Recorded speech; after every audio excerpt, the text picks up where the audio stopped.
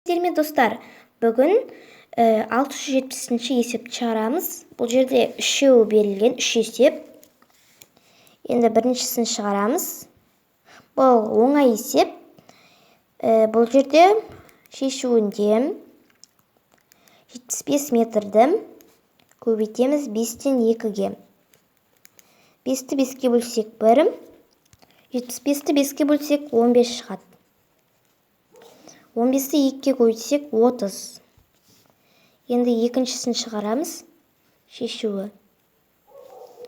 Бұл жерде біз 20-дан 13-ті көбейтеміз 75-ке.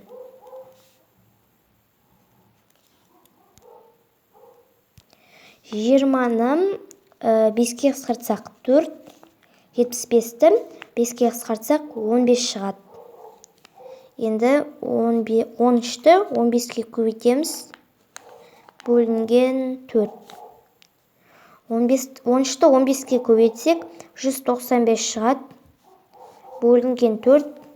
195-ті 4-ке бөлсек 48,4-тен 3 шығады. 48,4-тен 3 килограмм. Үшіншісін шығарамыз. Шешуі. 30-ды көбейтеміз 5-тен 3-ке. 5-ті 5-ке қысқартсақ 1, 30-ті 5-ке қысқартсақ 6 шығады. Сонда 18 шығады. Барлық есепті шығарып болдық үшеуінде. Сау болыңыздар.